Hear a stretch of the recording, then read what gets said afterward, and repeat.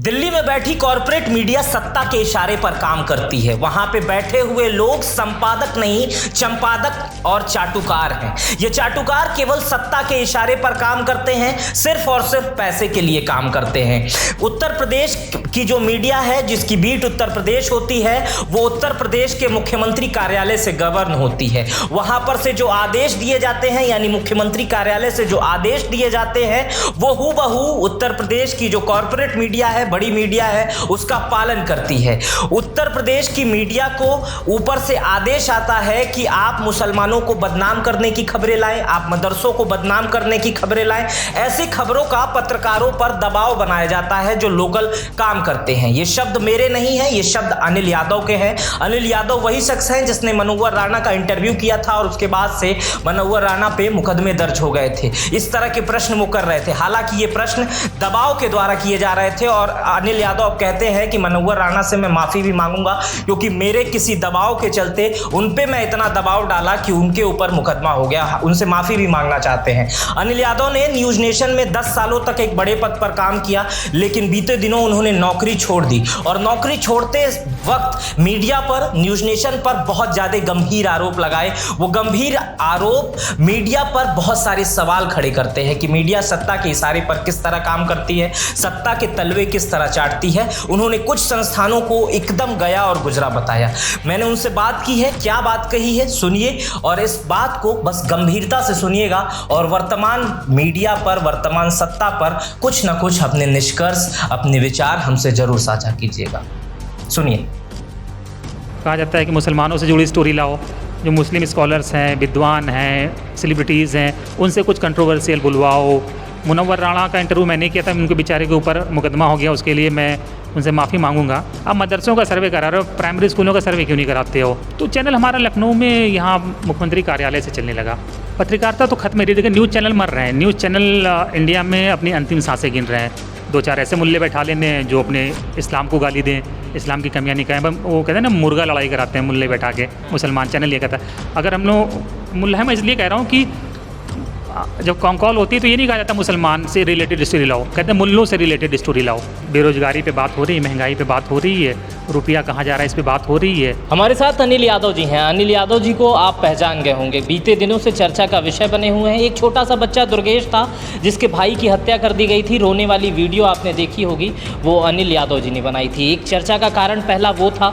दूसरा, कल अनिल यादव ने न्यूज़ नेशन को अलविदा कह दिया है। 10 सालों से पत्रकारिता कर रहे थे, लेकिन जब उन्होंने अलविदा कहा है तो संपादक को चंपादक कहा है और न्यूज़ नेशन पर बहुत सारे आरोप लगाए हैं। कहा है कि वहाँ पर ऐसी खबरें चलाई ही नहीं जाती थी जो खबरें सत्ता के विरोध में रहती थी। उन तमाम सवालों के साथ इनसे मिलने की इच्छा थी। हम तुरंत भागते हुए इनके पास आए और इनसे उन तमाम सवालों को जानेंगे। 10 साल से पत्रकारिता कर रहे हैं कि आखिर मेन स्ट्रीम मीडिया में क्या क्या दिक्कतें आती हैं, यहाँ से खबरें भेजी जाती हैं तो क्यों नहीं चलती हैं, और उस बच्चे की क्या स्थिति है। अखिलेश यादव ने हालांकि उन्हें 2,25,000 रुपये, 21,000 रुपये दिए हैं। इन तमाम विषयों बात करेंगे कि ये सब कैसे कैसे हुआ और कब हुआ और क्या कारण रहा न्यूज़ नेशन को छोड़ने का।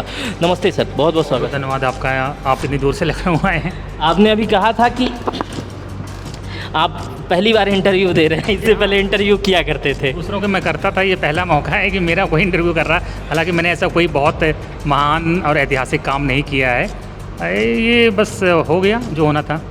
नहीं, ऐतिहासिक काम इसलिए है कि आपने रोजी रोटी को लात मारी है। हालांकि हर आदमी इसी तरह के कर रहा है, जैसे पत्रकारिता थोड़ी ना हो रही है। मेरे ख्याल से पत्रकारिता थोड़ी ना हो रही, तो लिखा जा रहा है और जो संपादक कह रहा है, जैसे आप चंपादक कहते हैं। अच्छा, ये चंपादक शब्द कहाँ से आया? देखिए, संपादक की बहुत बड़ी चीज़ है। हम लोग पहले सुनते थे कि जोशी जी हुआ करते थे, प्रभास जोशी जी, रामनाथ गोयनका हुआ करते थे, गणेश शंकर विद्यार्थी जिनके नाम पर आज तमाम अवार्ड दिए जाते हैं। ये सब बड़े बड़े लोगों को हमने सुना था। राहुल देव संपादक हुआ करते थे और आलोक तोमर हुआ करते थे। ये सब तो संपादक एक बड़ी संस्था होता है अपने आप में। और ये जो आज जो बैठे हैं मालिकों ने, देखिए संपादक आज कैसे नियुक्त किए जाते हैं कि जो मालिकों के जो काम है करवा सके, सत्ता के निकट हो, बेसिकली हिंदी में कहें तो वो जो दलाली कर सके। तो ऐसे लोगों को चैनलों की, अखबारों की बागडोर की दी जाती है। तो सत्ता के दलालों को संपादक नहीं कहेंगे ना, संपादक ही कहेंगे। तो मुझे लगा इन लोगों को संपादक कह के ही संबोधित करना उचित रहेगा। तो सीधे सीधे आप संपादकों को दलाल कह दे रहे हैं, जो मेन स्ट्रीम मीडिया में जो संपादक हैं उन्हें आप दलाल कह रहे हैं। सभी नहीं, लेकिन मोस्टली तो है ही हैं। और मैं अपने वालों को जानता हूँ, वो भी सब संपादक ही हैं, संपादक तो नहीं है। 10 साल का कैसा ये क्या अनुभव रहा कि अचानक नौकरी छोड़ दी, फेमस हो गए इसलिए? कौन जानता है मुझे? कोई नहीं जानता है मुझे, बहुत छोटा सा आदमी हूँ। छोड़ने की वजह ये रही कि देखिए, मन तो बहुत दिन से कर रहा था, साल 2 साल से कर रहा था, लेकिन कुछ आर्थिक मजबूरियाँ थी जो रोक रही थी। फैमिली होती है, उनको भी देखना पड़ता है। फर्स्ट तारीख आती है, उसके बाद बच्चों की फ़ीस भी होती है। तो ये सब चीज़ें थी जो रोक रही थी। लेकिन फिर वही है ना कि अंत में एक होता है कि इनफ इज़ इनफ, कब तक, आखिर कब तक। तो मुझे लगा कि रोज़ के देखिए, ये मना तो मुझे करते थे बार बार कि आप सोशल मीडिया पे क्यों लिखते हैं, और कोई बात जो होती है जिसको आप जानते हैं कि हमारी पॉलिसी क्या है, हम सरकार के अगेंस्ट कुछ नहीं चलाते हैं। कौन कहता था सरकार के अगेंस्ट नहीं चला? सभी बोलते हैं, ऑफिस में न्यूज़ नेशन में सबको पता है। 2 चैनल है, न्यूज़ नेशन नेशनल है, न्यूज़ स्टेट यूपी उत्तराखंड वो यूपी का है, और इनका एक MP छत्तीसगढ़ का भी चैनल चलता है, न्यूज़ स्टेट MP CG, और अभी बिहार झारखंड का चैनल ला रहे हैं और महाराष्ट्र का भी ला रहे हैं। तो सारे एम्प्लॉइज़ को साफ पता है कि सरकार के अगेंस्ट कुछ नहीं आता। आप कंटेंट उठा के देखिए ना, बस भाईजान, मुसलमान, यही है हमारे जो यूट्यूब डिजिटल है, वो भी इसी में भरा पड़ा है। रात दिन में कहा जाता है कि मुसलमानों से जुड़ी स्टोरी लाओ, जो मुस्लिम स्कॉलर्स हैं, विद्वान हैं, सेलिब्रिटीज़ हैं, उनसे कुछ कंट्रोवर्शियल बुलवाओ। मुनव्वर राणा का इंटरव्यू मैंने किया था, उनके बेचारे के ऊपर मुकदमा हो गया। उसके लिए मैं उनसे माफ़ी मांगूंगा कि मैंने आपका इंटरव्यू किया था और आपने मेरे सवालों के जवाब में जोश में कुछ बोल दिया, आप पे मुकदमा हो गया। तो हालांकि वो मुझसे कोई गुस्सा नहीं है, वो उनसे ठीक ही मेरा संबंध है, लेकिन फिर भी मैं उनसे मिलूँगा, पर्सनली माफ़ी मांगूंगा उनसे। और अभी मैंने मदरसे से, मुझे आजमगढ़ भेजा गया मदरसे का रियलिटी चेक करने। अब ऐसे ऐसे मदरसे हैं जहाँ पर टीचरों को 2000 सैलरी मिल रही है, तो 2000 में आप आइंस्टीन तो मिलेगा नहीं, 2000 में 2000 रुपये वाला पढ़ाने वाले मिलेगा। आप मदरसों का सर्वे करा रहे हो, प्राइमरी स्कूलों का सर्वे क्यों नहीं कराते हो? जहाँ स्कूलों में गाय भैंस बंधी हुई हैं, बच्चे मस्ती कर रहे हैं, टीचर बैठ के बीड़ी पी रहा है, वहाँ तो आप कराते नहीं हो। छत नहीं है, लाइट नहीं है, बिजली नहीं है, पंखा नहीं है। मदरसों का करवा रहे हो, ठीक है, नौकरी कर रहे थे, मदरसों का भी सर्वे करके आए। तो जाहिर बात है कि 2000 रुपये जहाँ टीचर को मिल रहा है, वहाँ सर्वे क्या होगा? वहाँ तो पता चलेगा कि ना टीचर को कुछ आता है ना बच्चों को कुछ आता है। तो यही रात दिन का हो गया था। और सोशल मीडिया पे अगर कुछ लिख दो, हालांकि मैं भी आदत से मजबूर था, डांट पड़ती थी, मेल आता था, 1 हफ्ते महीना चुप हो जाता था, फिर कहीं कुछ दिखता था, फिर बोल देता था, फिर लिख देता था, वीडियो बना देता था। टीवी न्यूज़ चैनल पे तो चलता नहीं था न्यूज़ नेशन पे, तो अपने फेसबुक पे ट्विटर भी पोस्ट कर देता था, फिर डांट पड़ती थी। थोड़ा सा मेहनती था, अच्छे से मेहनत ठीक ठाक करता था, इसलिए हर बार बच जाता था, लेकिन डांट हर बार पड़ती थी, मेल हर बार आता था। जिस तरह आपने ये कहा जा सकता है कि जिस तरह आपने नेशनल मीडिया के खिलाफ जहर उगलना शुरू किया है, नौकरी तो अब कोई देगा नहीं। नौकरी देखिए, सारे चैनल एक ही जैसे हैं, तो अगर इसी सड़ांध में सारे चैनल में सबको आप कोई चैनल नहीं छोड़ रहा है। आप भी मीडिया के आदमी, पता ही आपको कौन क्या, रिपब्लिक क्या दिखा रहा है, और भारत क्या दिखा रहा है, नव भारत क्या दिखा रहा है, TV9 क्या दिखा रहा है, TV 18 क्या दिखा रहा है, न्यूज़ नेशन क्या दिखा रहा है। सबका कंटेंट आपको पता है, इंडिया TV से लेके कोई भी चैनल हो, आज तक, परसों तक, नरसों कल तक, जो भी हो, सब यही दिखा रहे हैं। तो एक सड़ांध वाली जगह से निकल कर अगर दूसरे सड़ांध वाली जगह काम करना था, तो फिर ये बुरा था क्या? फिर यहाँ तो 10 साल पुराना हो गया था, पुराना एम्प्लॉय हो गया था, तो सब नए आ गए हैं। वो तो खुद सीनियर भी हो गए होंगे, अच्छी तनख्वाह मिल रही थी, ठीक ठाक तनख्वाह भी मिल रही थी, और सीनियर भी हो गया था, किसी से डरने की जरूरत भी नहीं थी। जिसको चाहे असाइनमेंट पे भी डांट डपट लेता था कभी कभी, अगर वो नए बच्चे कुछ चढ़ने की कोशिश करते थे, तो यही बेहतर था। तो नौकरी तो नहीं करनी, फिर एक वही है ना कि फिर एक कीचड़ से निकल कर दूसरे कीचड़ क्या जाना, कुछ कर लेंगे, कुछ ना कुछ तो कर ही लेंगे। क्या करेंगे जब बच्चे का इस बार फीस कैसी दी जाएगी? जो 1 तारीख अभी आपने बताया, वो जब दोबारा 1 तारीख आएगी, तो वो जो SMS आता था जिसमें ग्रीन से पैसा बन के आता था, इस महीने तो वो नहीं आएगा? अरे कोई बात नहीं, मतलब बाप दादा के थोड़ी बहुत ज़मीन है, खर्चा चल जाता है उससे, वो ऐसा कोई मसला है। हालांकि जो सैलरी गई अच्छी ठीक ठाक सैलरी थी, प्राइवेट जॉब में नहीं सैलरी मिलती उलती नहीं है, थोड़ा सा लॉस है, लेकिन ठीक है, कर लेंगे, बेहतर है यार। इंसानों ने तो पता नहीं क्या क्या किन किन दुश्वारियों मुश्किलों से गुजर के इंसानी सभ्यता यहाँ तक पहुँची है। प्राकृतिक आपदाओं से, इतने बड़े बड़े युद्धों से निकल के लोग यहाँ तक पहुँच गए हैं, तो हम पे तो ऐसा कोई मुसीबत नहीं है। अभी तो ठीक है, थोड़े बहुत यंग थोड़े बहुत तो अभी हैं ही है, अभी पावर है, ताकत तो बची हुई है शरीर में, कर लेंगे कुछ ना कुछ बेहतर। अच्छा, मुझे ये बताइए कि 10 सालों का अनुभव रहा है आपका न्यूज़ नेशन का, तो क्या न्यूज़ नेशन इस तरह की चीज़ें हर समय करता था, या आप इससे सरकार बदलने के बाद 2014 के बाद, आप 2007 से? मैं 2012 में न्यूज़ नेशन में भर्तियाँ स्टार्ट हुई थी, मैं 2012 से हूँ। तो 2012 से 2014 के बीच का जो 2 साल का अनुभव रहा है, और जो इधर 8 सालों का अनुभव रहा है 14 के बाद से, तो उन दोनों में मुझे डिफरेंट बताइए, अलग अलग क्या? देखिए, डिफरेंस ये था कि 2017 तक तो चैनल बैलेंस था, हालांकि डरपोक हमेशा से रहा है चैनल, किसी के अगेंस्ट नहीं जाता था कभी, लेकिन फिर भी बैलेंस रखता था 2017 तक। और पिछली सरकार में भी बहुत अच्छा रेवेन्यू मिलता था। सीधे जो मालिक हैं चैनल के, संपादक हैं, वो आके प्रमुख सचिव सूचना नवीन सहगल से मिलते थे, उनकी दलाली करते ही थे, उनको गिफ्ट देते थे और रेवेन्यू लेते थे। तो लेकिन फिर भी सरकार के खिलाफ कुछ ना कुछ दिखाते रहते थे। जैसे सरकार के खिलाफ नहीं, मतलब अगर कोई घटना हो रही है, क्राइम हो रहा है, अपराध हो रहा है, भ्रष्टाचार हो रहा है, जैसे गायत्री प्रजापति के ऊपर तमाम एलिगेशन थे, खूब चलती थी खबरें गायत्री प्रजापति के खिलाफ, रोज़ डिबेट होती थी। तो एक चैनल का कर्तव्य होनी भी चाहिए। गायत्री प्रजापति कंट्रोवर्शियल मंत्री थे, करप्शन के आरोप थे, तो चलना चाहिए, चलता था।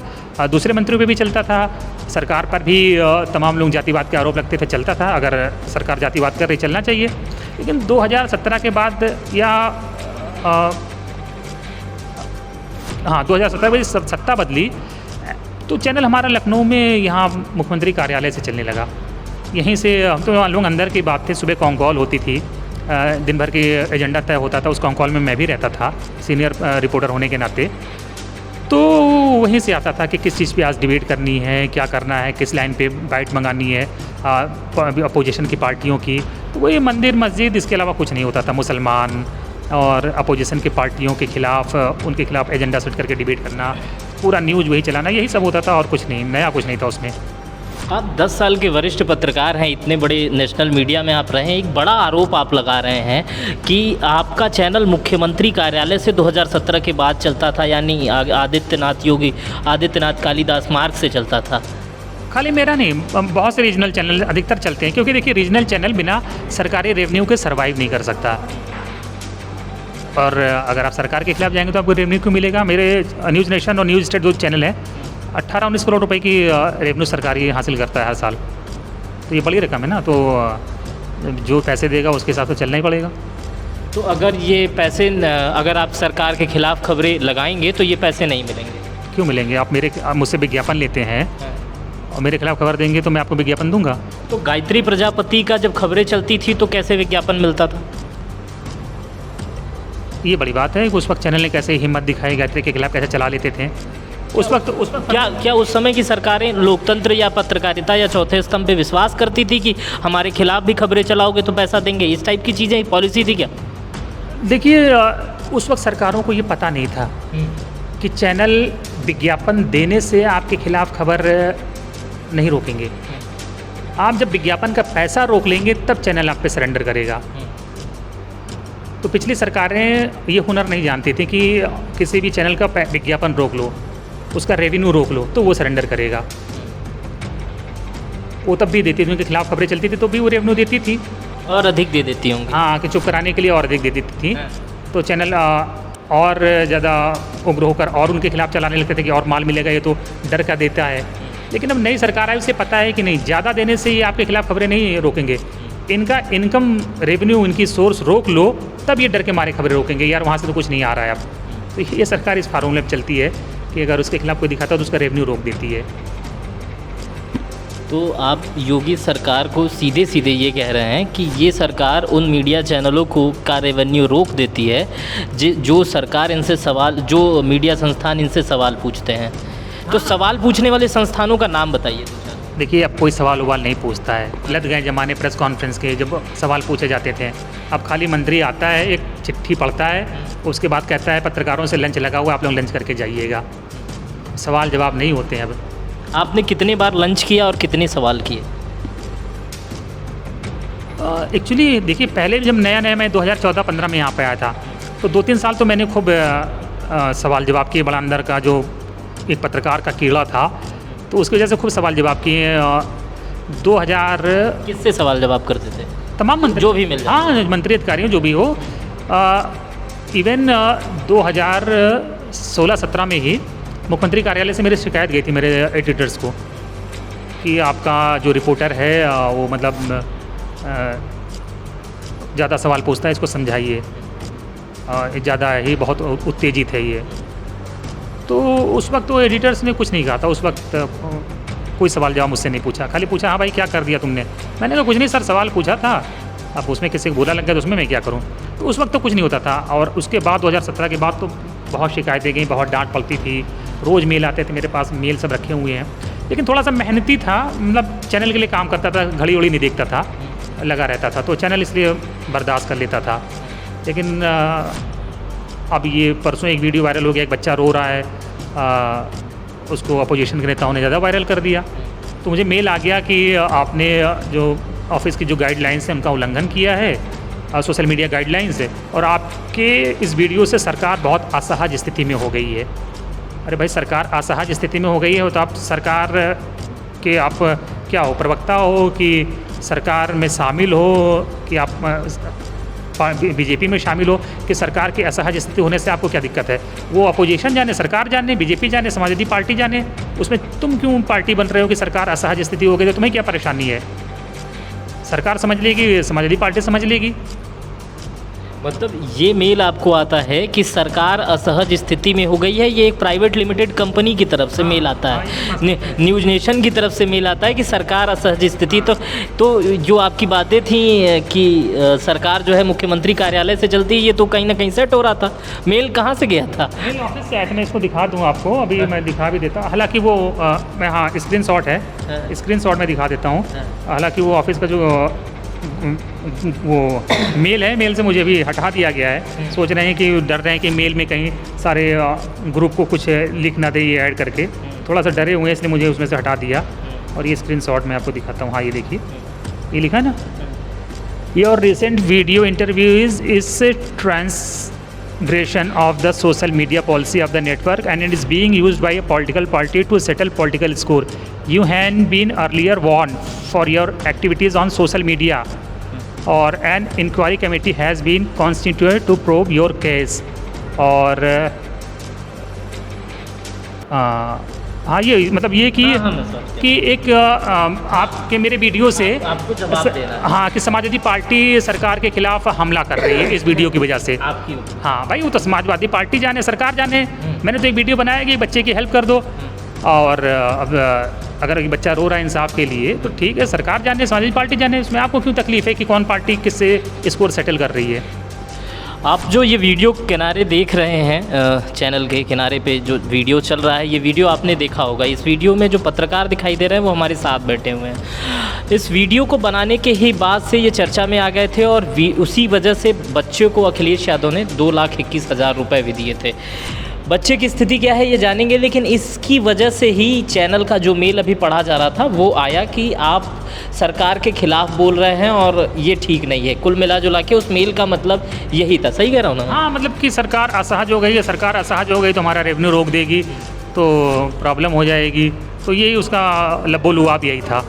एक दो सवाल करेंगे, पहले बच्चे पे आते हैं, फिर अंतिम जाते जाते तक पत्रकारिता पे करते हैं। दुर्गेश जो बच्चा था जिसकी आपने खबर चलाई, जिसके बाद से आपको ये मेल आया, तो उस बच्चे की स्थिति क्या है? क्या इस समय क्या स्थिति है बच्चे की? देखिए, 1 साल पहले उसके भाई की हत्या हो गई थी। उसका कहना था कि उसका भाई 20 साल का था, वो बाज़ार में गया था सब्जी लेने, वहाँ पर कुछ लोग थे गांव के, जो अरविंद सिंह, वो मांस मछली अपने दोस्तों के साथ बना रहे थे।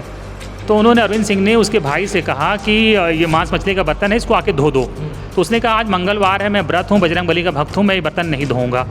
तो उसको जिससे मसाला कूटा जाता है, मूसल होता है, उसका जो हथौड़ा होता है बहुत भारी होता है, आपने देखा होगा, जिससे मसाला कूटा जाता है, उस लोहे से उसकी ऐसा मारा कि वो मर गया। उसकी हत्या ही हो गई एक तरह से, जो पिटाई करी। तो वो मारने वाला तो जेल चला गया, लेकिन अरविंद सिंह का बेटा लखनऊ में जो CM हेल्पलाइन है 1076 1076 उसमें काम करता है। वो हर बार जब भी लखनऊ से लौट के गोंडा जाता है तो वो कहता है कि उसके परिवार को धमकी देता है कि सुलह कर लो, मुकदमा अपना तुम लोग किसी तरह से ख़त्म करा लो, नहीं तुम लोग को ठीक नहीं होगा। तो वो रो के बताता, 4-5 महीने से लखनऊ में घूमता था वो, कई बार मेरे पास भी आया था। तो एक्चुअली होता क्या है, हम लोग जहाँ रिपोर्टर और कैमरामैन खड़े होते हैं तमाम लोग अपना कागज़ पत्तर लेके आ जाते हैं कि मदद कर दीजिए। सबको लगता है कि हमारी स्टोरी नेशनल मीडिया में चल जाए, सरकार देख ले, तो हम लोग इग्नोर करते हैं कि किसकी कोई सुनवाई, सरकारें कितना सुन रही हैं, TV पे देख के सबको पता है। तो उसको मैं कई बार इग्नोर कर चुका था। कल परसों फिर वो मेरे पास जब आने लगा तो मैंने कहा भाई तू रहम का, तू बार बार मेरे पास क्यों आता है?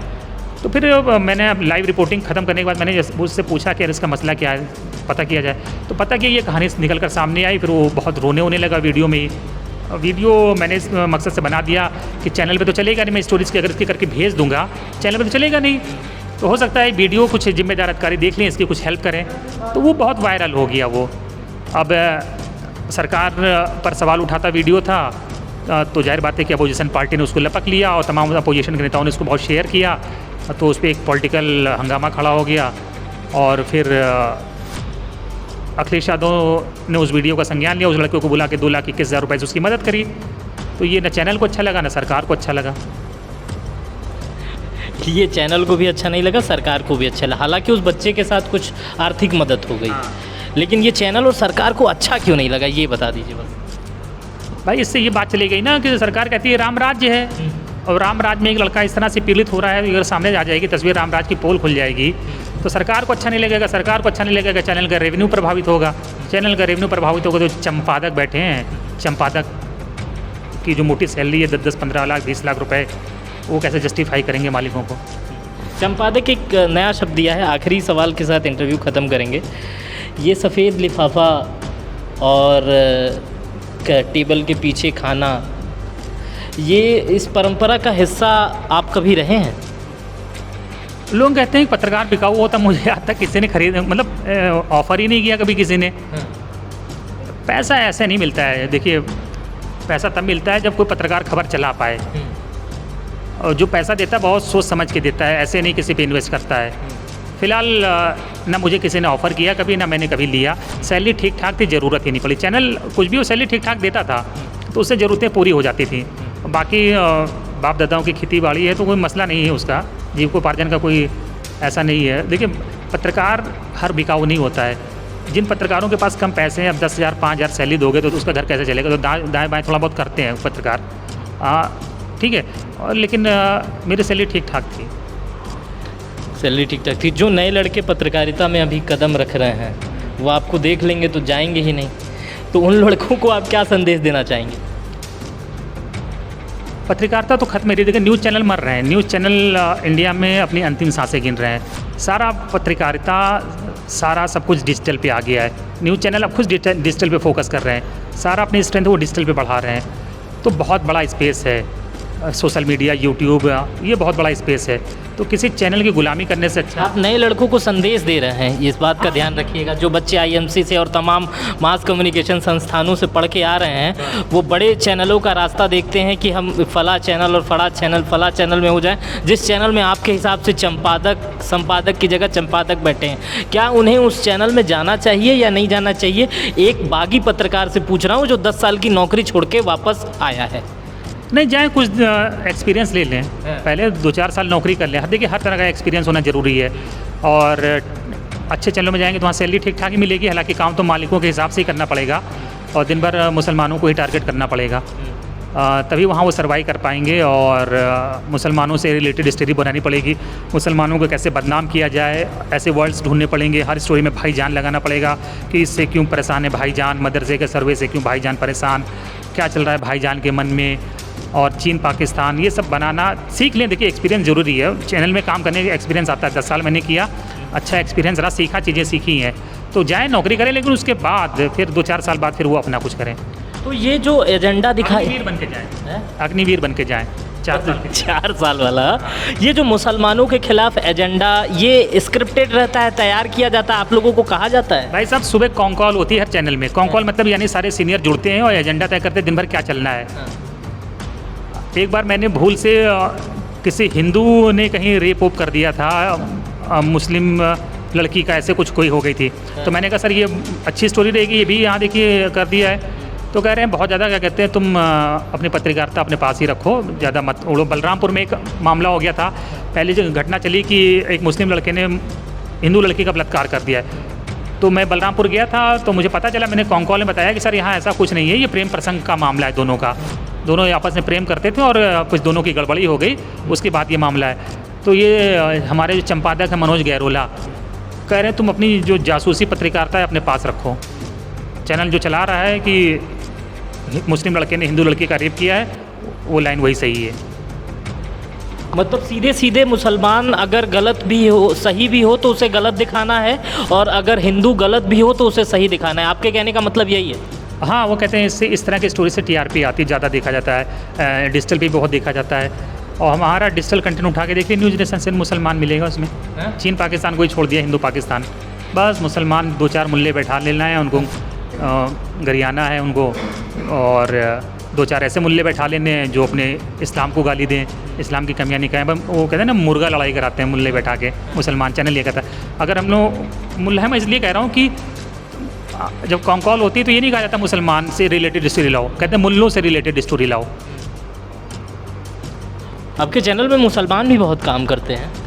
बहुत नहीं है, 3-4 होंगे। 3-4 कहाँ जाए, वही नौकरी कर रहे हैं बेचारे। हाँ, वो भी शाम को फ़ोन करते हैं, कहते हैं क्या करें अनिल भाई। अब वसीम रिजवी है ना, मुसलमान ही था, जेल से जाने बचने के लिए कितना मुसलमानों को गाली दी उसने। तो वैसे वो भी वसीम रिजवी टाइप के मुसलमान हैं हमारे चैनल में, जो सर्वाइव करने के लिए गाली दे रहे हैं, गाली सुन रहे हैं। तो कुल मिला जुला के मुसलमानों को बदनाम करने के लिए एक एजेंडा तैयार किया जा रहा है हर चैनलों में। हाँ, हर चैनल का कंटेंट देख ही रहे हैं ना, कौन क्या कर रहा है, क्या चैनल चला रहे हैं, सब ये चला रहे हैं बस। सबकी कौन बेरोज़गारी पे बात हो रही है, महंगाई पे बात हो रही है, रुपया कहाँ जा रहा है इस पे बात हो रही है। चीन अभी पेंगोंग कहाँ से हटा है, लद्दाख में पीछे हटा है, सरकार तो कहती है कि आया ही नहीं था, कोई जब आया नहीं तो हटा कहाँ से, इन सब पे कोई बात होती है?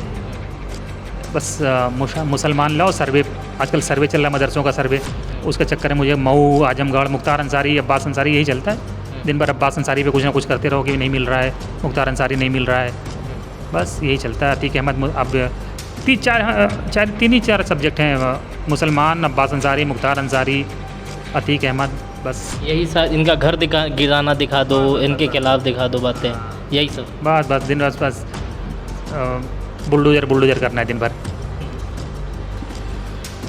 तो हमारे साथ अनिल यादव जी थे, बड़ी बेबाकी से बातें रखे, 10 साल का अपना अनुभव बताए, बहुत सारी बातें बताए कि किस तरह उन्होंने संपादक को चंपादक कहना शुरू कर दिया, किस तरह से मुसलमानों को बदनाम करने वाली स्टोरी मजबूरी में करने लगे, बहुत सारी बातें बताए। मेन मुद्दा ये भी बताया कि उस दुर्गेश बच्चे का क्या हुआ, कैसे उसकी खबर की और कैसे चैनल ने नहीं किया, अपना मेल भी दिखाया। आपको इनकी स्टोरी कैसी लगी, अब इन्हें आगे क्या करना चाहिए, हमें कमेंट बॉक्स में ज़रूर बताइएगा। मेरा नाम मित्र प्रकाश है।